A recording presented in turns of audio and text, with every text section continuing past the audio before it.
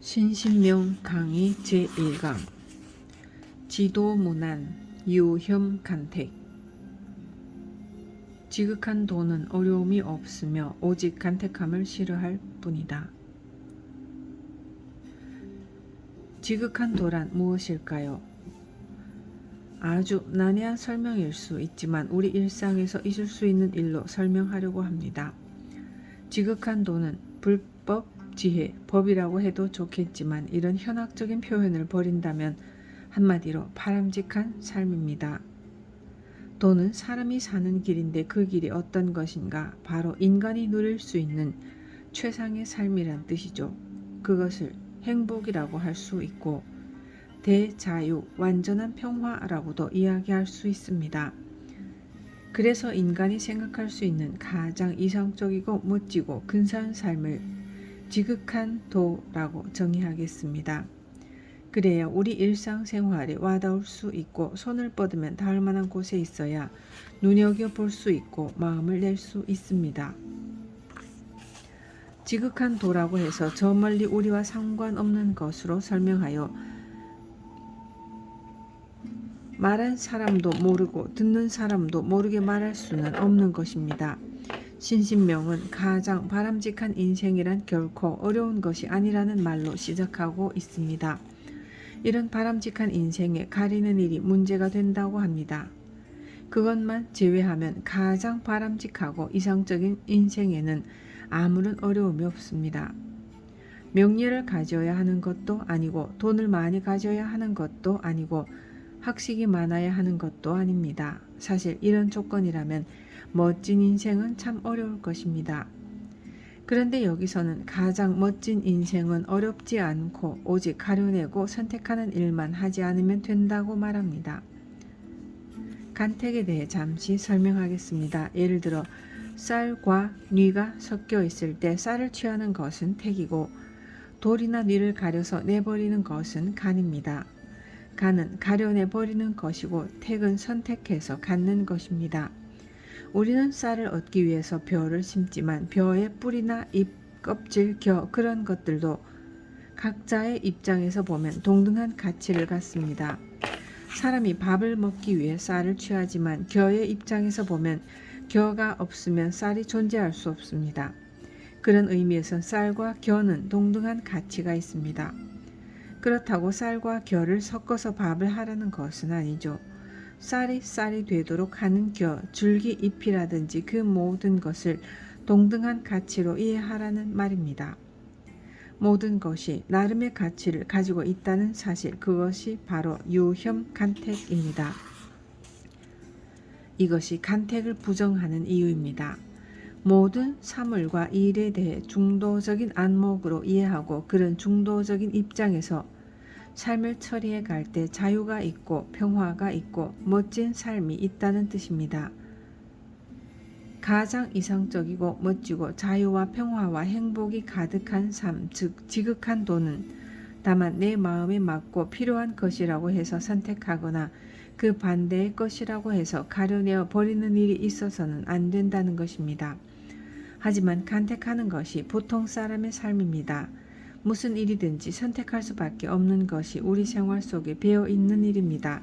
그런데 그것이 지나치다 보니 문제가 생기고 그 문제가 깊어질수록 우리 인생이 지니고 있는 가치와 보람을 잃게 된다는 뜻입니다. 그래서 이상적이고 행복하고 평화로운 인생이란 그리 어려운 것이 아닌데 너무 간택하는 생활에 젖어 있어서 그것이 쉽지 않다는 말로 신신명을 시작하고 있습니다. 앞에서 말씀드렸듯이 승찬 스님은 세속인으로서의 생활을 제대로 했다고 할 수 없습니다. 문둥병에 걸려 여기저기 천대받으며 겨우 목숨을 연명하다가 해가 스님을 만나서 마음의 눈을 뜨게 된 분이 아닙니까? 그러니 보통 사람들이 느끼지 못하는 깊고 아픈 이해와 경험을 갖고 있는 분입니다. 삶에 대해 누구보다 가슴 깊이 느끼고 살아온 분이죠. 그런 분위기에 이상적인 삶이란 건강한 육체라고 해서 최상이 아니고 병든 육체라고 해서 버릴 것이 아니라는 가르침을 주십니다. 어떤 의미에서 보면 똑같이 동등한 가치가 있는 삶이라는 의미까지 포함되어 있습니다. 제가 신신명에 특별히 애착이 가는 것은 이분의 삶을 떠올릴 수밖에 없기 때문입니다. 그분의 처절한 삶이 묻어있기 때문에 글자 한자 한자를 대충 설명하고 넘어갈 수 없습니다. 한 글자 한 글자마다 그분의 고뇌와 아픔이 진하게 녹아있는 그런 느낌입니다. 사실 간택은 보통 사람의 삶입니다. 친구를 보더라도 내 마음에 들면 선택을 하고 내 마음에 들지 않고 내 말에 꼬투리를 달면 별로 만나고 싶지 않습니다. 그게 보통 사람의 마음이죠. 시장에 가면 과일을 사도 가려서 사지 않습니까?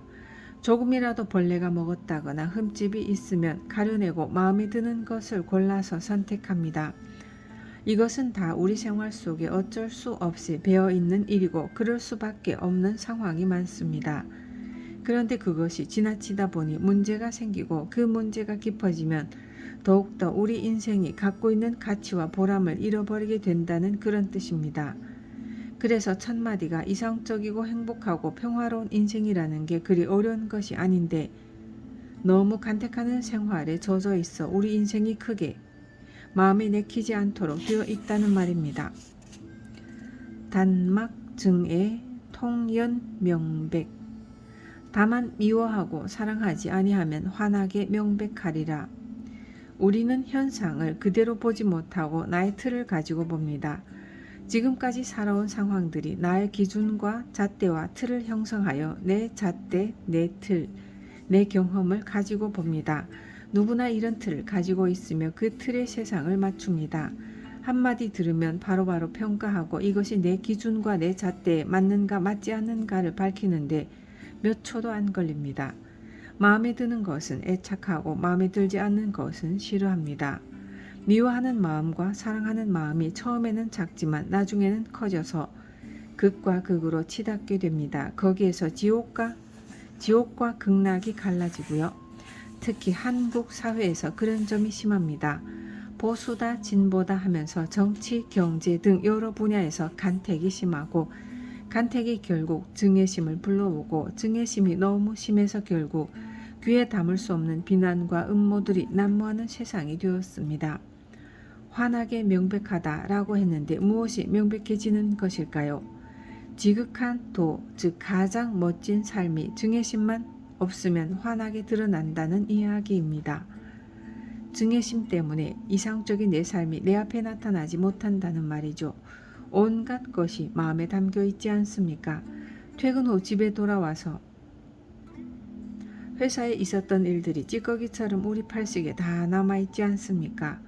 하루 동안 마음에 들었던 것과 마음에 들지 않았던 것이 떠오르고 오늘뿐 아니라 어제나 과거 몇십 년 전에 있었던 것까지 떠올려서 공연히 미워하는 마음이나 사랑하는 마음을 일으킵니다. 그러한 것들 때문에 우리의 이상적인 삶과 행복과 평화가 있는 지극한 삶이 명백해지지 못한다는 뜻입니다. 그것만 없으면 환하게 명백하다고 이야기합니다. 신신명이 여러 구절이긴 하지만 이 네 구절이 제일 중요합니다. 옛날 어느 왕이 큰 스님에게 신신명의 깊은 뜻을 써달라고 하니 이 네 구절을 큼직하게 쓰고 나머지는 작게 써주었다고 합니다. 이 네 구절이 신신명의 대전제이고 그 다음부터는 다양한 시각에서 풀어냅니다.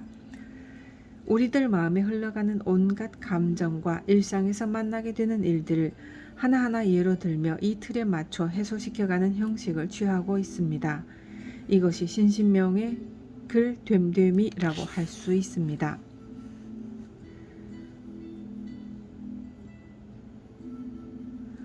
호리유차 천지현격 털끝만큼이라도 차이가 있으면 하늘과 땅처럼 벌어진다. 호와 이는 모두 저울눈에 있는 아주 작은 단위를 가리킵니다. 그래서 호리는 분량이 아주 적은 것을 뜻합니다. 털끝만큼이라도 차별이 있다면 하늘과 땅처럼 멀어지리라. 그렇게 말하고 있습니다. 지극한 도, 즉 이상적이고 행복과 평화와 자유가 가득한 삶은 증애심만 없으면 통연히 명백하다고 했습니다. 그런데 그 증애심을 없애고 간택하지 않아야 한다는 원칙에서 털끝만큼이라도 어긋난다면 그것이 인연이 되어 결국 하늘과 땅처럼 벌어진다는 뜻입니다. 현은 매달리다, 격은 사이가 뜬다는 뜻이므로 현격은 동떨어졌다, 멀다, 차이가 크다는 뜻입니다. 처음에는 원칙에 조금 어긋나서 별것 아닌 것처럼 여겨지지만 금방 눈덩이처럼 불어나서 나중에는 하늘과 땅처럼 멀어지고 만다는 말입니다. 승찬 스님이 당신의 깨달음의 세계를 선시의 형식을 빌어서 표현했는데 우리에게 얼마나 와닿는가는 의문일 수밖에 없습니다. 설사 스님의 가르침이 100% 내 살림살이가 안 되더라도 자꾸 사유하여 내 삶의 교훈으로 해석하다 보면 증찬 스님의 수준에 한 걸음 한 걸음 다가갈 수 있는 그런 길이 열릴 수 있습니다. 도인이 할 소리고 부처님이 할 소리다 하고 미루어 버릴 일이 아닙니다. 저는 이 부분을 보다가 어려움이 없다고는 하지만 사실은 이것이 너무 어려운 일인데 하고 혼자 중얼거리곤 합니다. 보통 사람으로 증예심을 없애기가 쉽지 않습니다. 깨달은 이치에서 보자면 쌀은 쌀대로 겨는 겨대로 가치가 있습니다. 예를 들어 감나무 잎은 잎대로 줄기는 줄기대로 감은 감대로 동등한 가치를 가지고 있고 그 나름의 중요한 역할을 다하고 있습니다. 그렇다고 감잎이나 줄기를 감처럼 사용할 수 없습니다. 각자의 입장에서 충분히 이해해야 한다는 말이죠. 다만 그 이해가 그야말로 털끝만큼의 의혹도 없이 철저해야 합니다. 상대방의 입장과 상대방의 가치를 철저히 이해하고 인정해주면 그것으로도 차별은 상당히 사라질 것입니다. 우리는 살면서 형제나 이웃, 친구와 비교하는 등 매사에 남과 비교하는 습관이 있습니다. 그런 습관을 버려서 내 삶은 내 삶대로 가치가 있고 그의 삶은 그의 삶대로 가치가 있으므로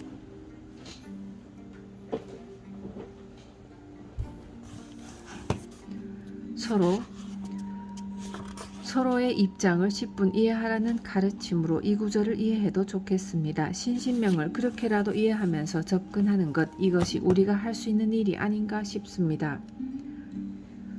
욕, 득, 현, 전, 막, 존, 순, 욕. 도가 앞에 나타남을 얻고자 하면 순하고 거슬림을 두지 말라. 지극한 도, 이상적인 삶, 평화와 자유와 행복이 가득한 삶이 눈앞에 환히 나타나게 하려면 순과 역을 두지 말라고 하였습니다. 내 마음에 맞는 것을 순, 거슬리는 것을 역이라고 합니다. 공부할 때도 순경계와 역경계가 있는데 역경계는 어지간히 불교를 한 사람이라면 이겨낼 수 있지만 순경계는 이겨내기 어렵다고들 합니다. 나를 음해한다든지 욕한다든지 나와 잘 안 맞는 것은 수행을 하는 사람이라면 잘 이겨냅니다. 그러나 나에게 이로운 것, 내 귀에 달콤한 것, 내 생각에 잘 맞는 것은 오히려 끄달리기 쉽다는 말입니다. 그런데 그런 수행을 하는 사람, 즉 생각이 있는 삶을 살려는 사람이 아닌 경우에는 나에게 거슬리는 것을 이겨내기 훨씬 어렵습니다. 그러나 조금 생각이 있는 사람은 역경계는 잘 이겨내지만 내 마음에 맞고 내 마음에 드는 것을 이겨내기가 어렵습니다. 그것 자체가 큰 유혹입니다.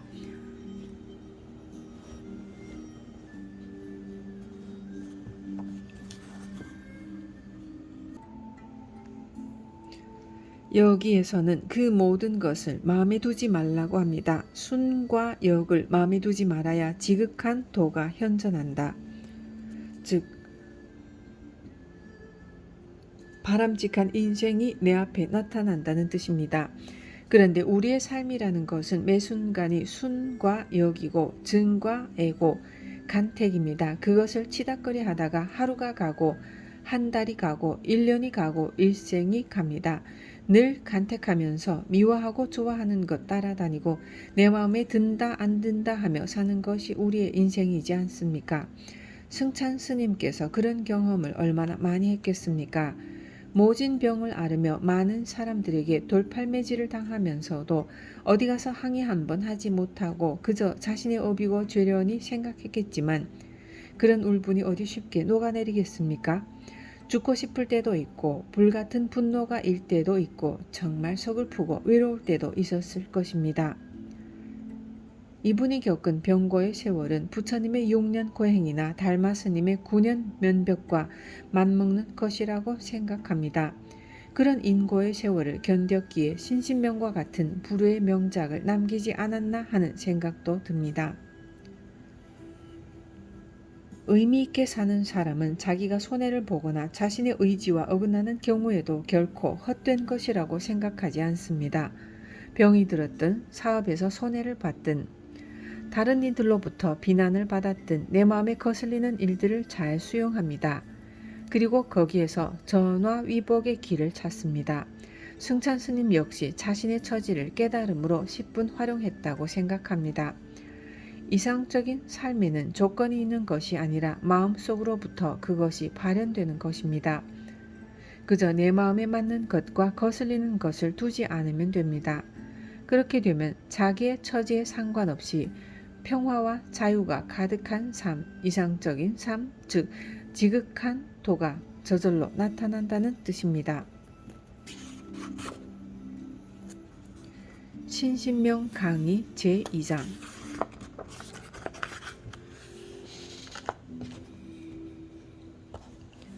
위순상쟁 시위심병 어기고 순함이 서로 다투면 이것이 마음의 병이 된다. 여기에는 위순심이 나옵니다. 순역심이나 위순심이나 말을 바꾼 것일 뿐 뜻은 같습니다. 어기고 순한 것이 서로 다툰다라는 말은 나에게 맞는 것과 나에게 거슬리는 것이 서로 다툰다는 말입니다. 그것이 마음의 병이 된다고 하였습니다.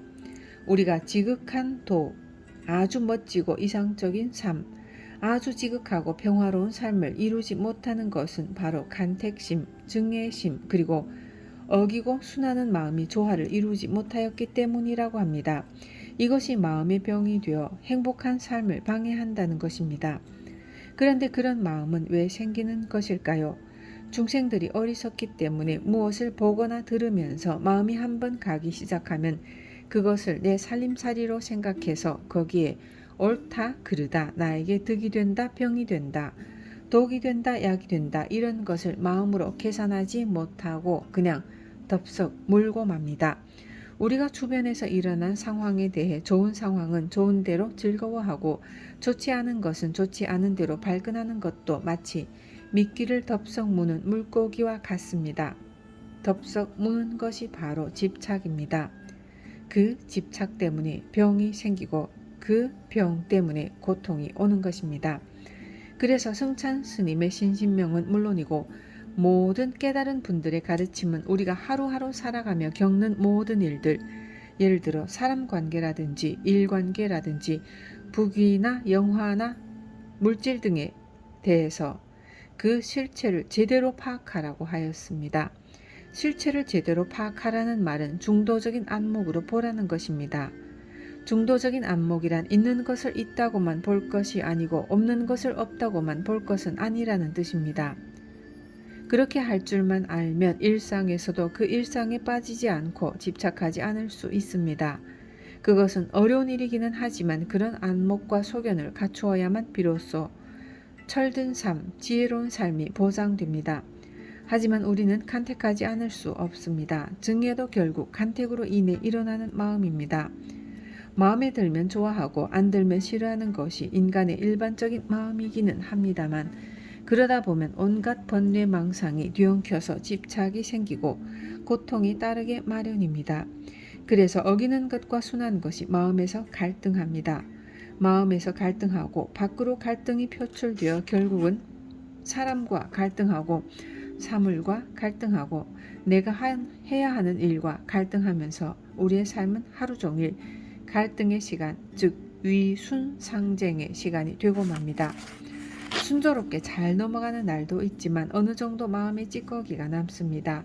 이것을 굳이 병이라 하지 않더라도 어느 정도 아픔은 있습니다. 심한 경우 인생이 흔들릴 정도로 큰 병이 되기도 하고 그런 만큼 더 큰 고통이 따르기도 합니다. 모든 존재는 그 배후의 존재의 중도성을 드러내고 있습니다. 그 존재의 중도성을 잘 관찰해서 우리의 견해가 중도적이어야 하고 중도적일 때라야 우리가 일상생활을 그대로 영위하면서 거기에 빠지지 않고 집착하지 않을 수 있습니다. 결국 하는 일은 그대로 하되 고통이 따르지 않은 삶이 보장된다는 것입니다. 계속해서 이런 이야기들이 끊임없이 이어집니다.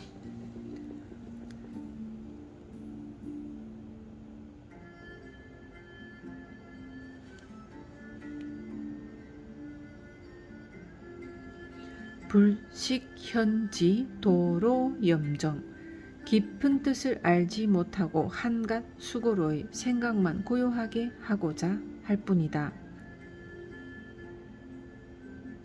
보통 어떤 경지에 올랐다고 하면 참선을 해서 어떤 경지에 올라야만 하느냐, 기도를 해서 어떤 경지에 올라야만 하느냐, 무슨 끊임없는 정신 집중이 필요한 그런 일이 아니냐 하는 생각을 하게 됩니다. 불교라고 하면 참선이라든지 정신집중 같은 수행을 염두에 두기 때문에 마음을 가라앉히는 일을 떠올리게 마련입니다. 그런데 여기에서는 그렇지 않다고 하였습니다. 그런 것을 통해 어떤 경지에 오른 뒤에 보장되는 것이 아니라 모든 존재가 중도의 원리에 의해서 존재하고 있다는 것, 즉 존재 원칙이 중도라는 사실이 바로 현지입니다. 이것을 알고 이것에 맞게 산다면 그것으로 끝입니다. 참선을 하거나 간경을 하거나 기도를 하거나 해서 어느 순간에 이루어지는 것이 결코 아니라는 것입니다. 그래서 그 깊은 뜻을 알지 못하면 한갓 수고로의 생각만 고요하게 할 뿐이다 라고 하였습니다. 염정, 즉 생각을 고요하게 한다는 말은 마음을 집중한다는 말입니다. 참선도 집중이고 염불도 집중이고 기도도 집중입니다. 대개 아마추어들이 불교를 이야기할 때 마음을 가라앉혀라, 마음을 집중해라 라고 합니다. 그것이 불교의 전부인 줄 압니다. 하지만 그런 것이 불교의 이치는 아닙니다. 불교는 한마디로 깨달은 사람의 가르침, 깨달음의 가르침, 깨닫게 하는 가르침으로 표현할 수 있습니다. 어쩔 수 없이 마음을 집중시키고 안정시키는 방법들을 쓰기는 하지만 그것이 올바른 방법은 아니라는 것입니다. 도로염정이라는 말에서 공연히 수고롭게 생각만 집중시킨다고 지적하고 있습니다. 그런데 생각을 고요하게 한다고 마음이 집중되지는 않습니다. 왜냐하면 생각이나 마음이라는 것의 속성이 그렇게 한 곳에 매여 있지 않기 때문입니다. 응무소주, 이생기심이란 말이 있지 않습니까? 머무는 바 없이 그 마음을 내라는 말은 본래 마음은 머무는 바가 없는데 우리가 조금 관심을 기울이거나 인연이 있으면 그것을 내 살림살이로 삼아 머물러 버리기 때문에 하는 말입니다. 나와 인연이 있거나 관계 있는 사람의 일이라면 좋지 않은 기사가 났다 하더라도 그것을 얼른 받아들이기 힘듭니다. 신문 기사뿐만 아니라 무엇이든지 그렇지 않습니까? 이것이 바로 머무는 일입니다. 우리 마음은 머물지 않는 것이 그 본래 모습이니 머물지 않는 그 원칙대로 살라는 것이 응무소주 이생기심입니다. 응당 머무는 바 없이 마음을 내라는 뜻입니다. 우리가 마음을 집중한다고 해서 집중되는 것이 아닙니다. 흐린 물에 비유해 보겠습니다. 흐린 물을 가만히 두면 찌꺼기가 가라앉고 맑은 물이 됩니다. 그것이 우리 마음의 바른 모습이 아니냐라고 할 수 있습니다.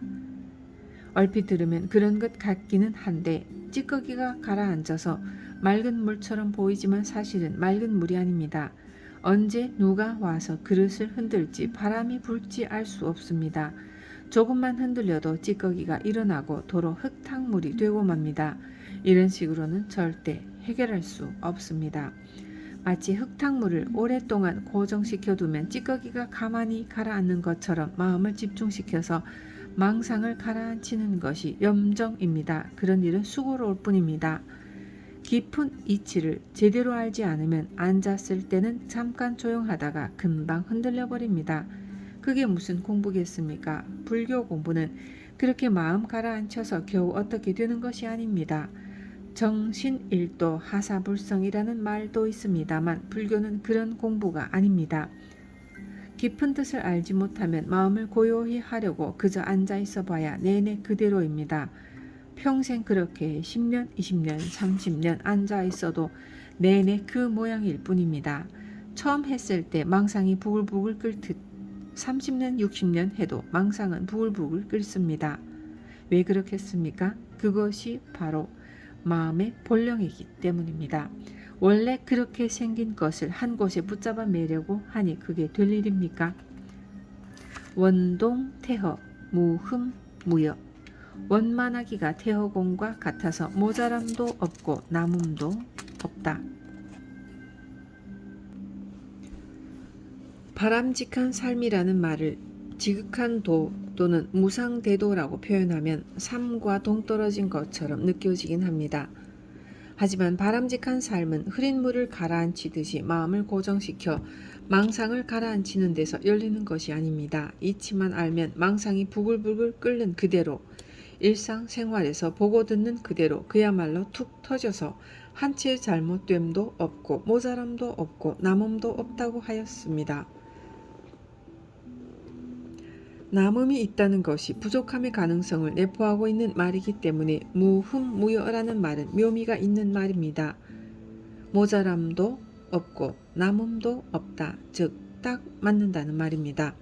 어디든지 딱 맞는 것이기 때문에 맞다고 말할 것도 없습니다. 허리띠를 알맞게 매고 있으면 허리띠를 맸는지 안 맸는지 모릅니다. 신발이 발에 딱 맞으면 신발을 신었는지 안 신었는지 의식하지 못합니다. 신발이 헐겁거나 작으면 계속 신발에 마음이 갑니다. 온갖 것이 다 그렇습니다. 남는다고 꼭 좋을 것도 없습니다. 딱 맞아야 합니다.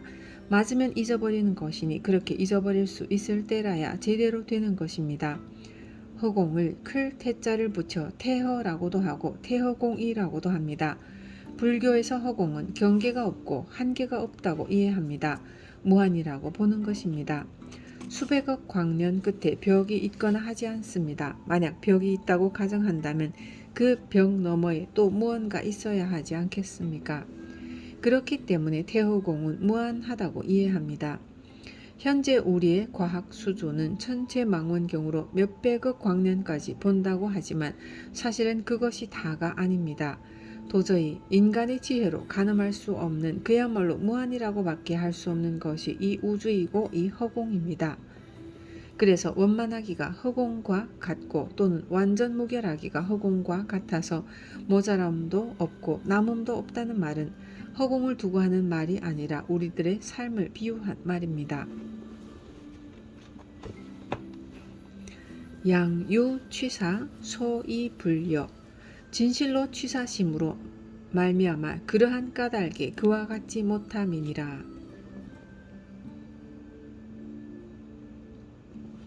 이번에는 취사심이 나왔습니다. 간택심, 증애심, 순역심, 위순심, 취사심 등 이런 마음과 관련해서 조금 자세하게 이야기해 보겠습니다. 불교는 한마디로 중도라고 정리할 수 있습니다. 지금까지 학자들의 연구에 의하면 부처님께서 최초로 설하신 경전은 초전법륜경이라고 합니다. 초전법륜경은 부처님께서 처음으로 진리의 법륜을 굴리신 내용을 담고 있는데 이 경전에 보면 부처님께서 사성제나 팔정도를 이야기한 것이 아니고 나는 중도를 깨달았노라 라고 하였습니다.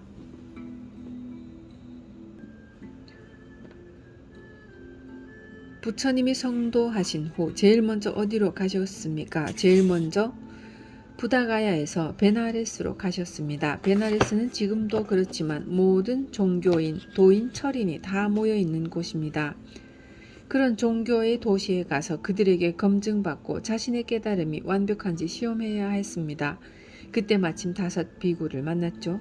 5 비구는 바로 부처님과 함께 수행하다가 부처님께서 고행을 그만두고 우유죽을 받아먹는 것을 보고 타락했다고 생각하고 떠나가 버린 사람들입니다.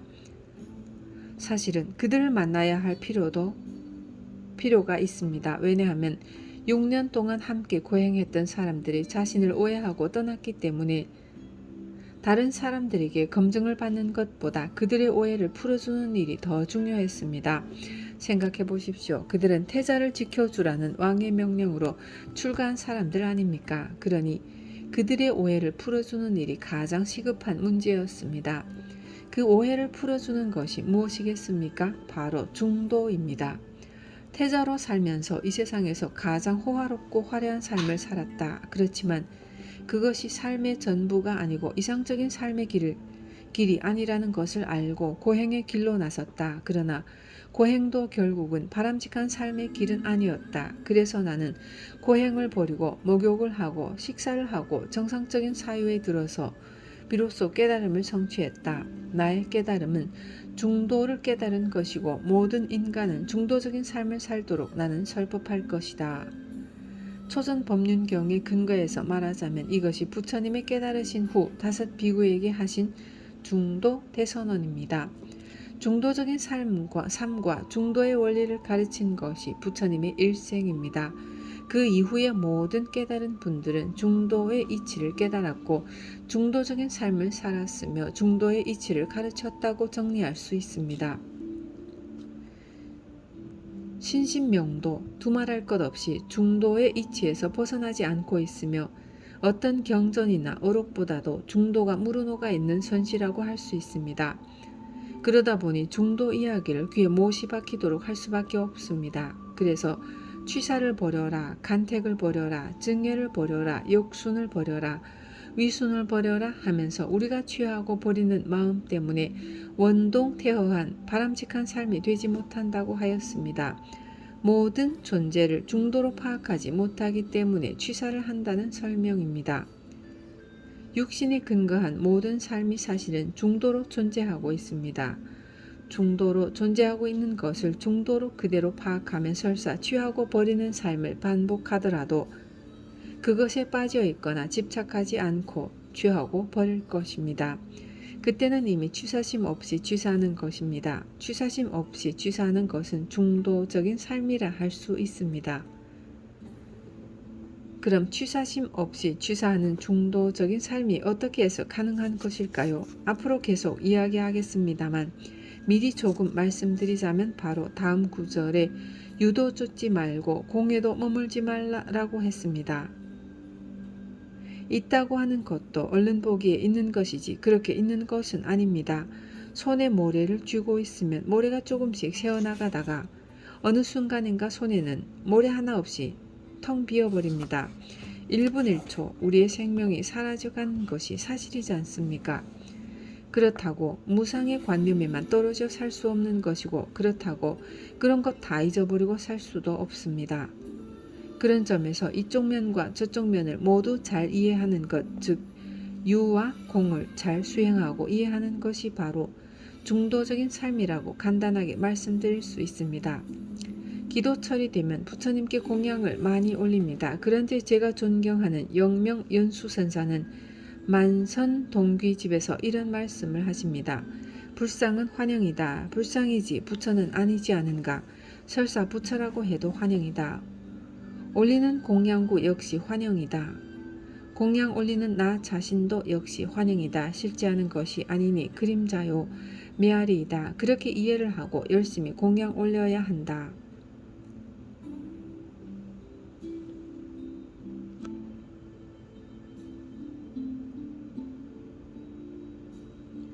이렇게 이해하면 열심히 공양 올리지 않을 것 같습니까? 지금 이야기한 대로 모든 것이 환영이니 이렇게 허무한 줄 알면 공양 올리지 않아야 마땅하지만 그렇지 않다는 말씀입니다. 부처님도 올리는 공양물도 올리는 나도 역시 환영임을 알고 열심히 공양을 올리면 공양에 아무 집착이 없고 꺼리낌이 없어서 정성을 다해서 공양 올릴 수 있다는 것입니다. 초발심 자격문에 관삼윤청정이라는 말이 있습니다. 보시를 하되 주는 자 받는 자 물건 이 3가지가 모두 텅 비어 없는 줄로 관찰하고 주고받으라는 말입니다. 그렇습니다. 이것이 참 어려운 주문이긴 하지만 모든 존재가 그렇게 존재한다는 것이 중도의 원리이므로 깨달은 사람의 안목으로 보면 그렇게 존재합니다. 그렇게 존재하니 보이는 대로 이야기할 수밖에 없습니다. 어떤 사람이 귀한 조선 백자를 개밥 그릇으로 쓰고 있다면 그 가치를 아는 사람이 저것은 조선 백자고 수천만 원 아니 수억 원의 값이 나간다고 말해 주어야 하지 않겠습니까? 그렇게 보이는데 말하지 않을 수 없는 일 아니겠습니까? 그래서 깨달은 사람, 즉 인생과 이 세상 모든 존재에 관해서 전문가적인 안목을 가진 사람은 당신들이 본 대로 이야기할 수밖에 없습니다. 모든 존재가 중도적으로 존재하니 중도적으로 보아라. 그렇게 보고 살아간다면 크게 증예심이나 간택심도 일어나지 않을 것이며 순혁이나 위순의 마음도 일어나지 않을 것이다. 그러면 집착이 없을 것이고 집착이 없으면 자유자재한 삶을 보장받을 수 있다. 그것이 바로 지극한 도다라고 정리할 수 있을 것입니다. 그래서 진실로 취사 때문에 지극한 도와 같지 못하게 됩니다. 라고 강조하는 것입니다. 모든 존재의 실상을 깨닫게 되면 취사심이 일지 않습니다. 취사심이 일지 않으면 그야말로 구름에 달가듯이 인생을 유유자적하게 살 수 있습니다. 열심히 살면서도 집착하지 않고 집착하지 않으면서도 열심히 사는 이상적인 삶이 이루어지지 않을까 생각합니다.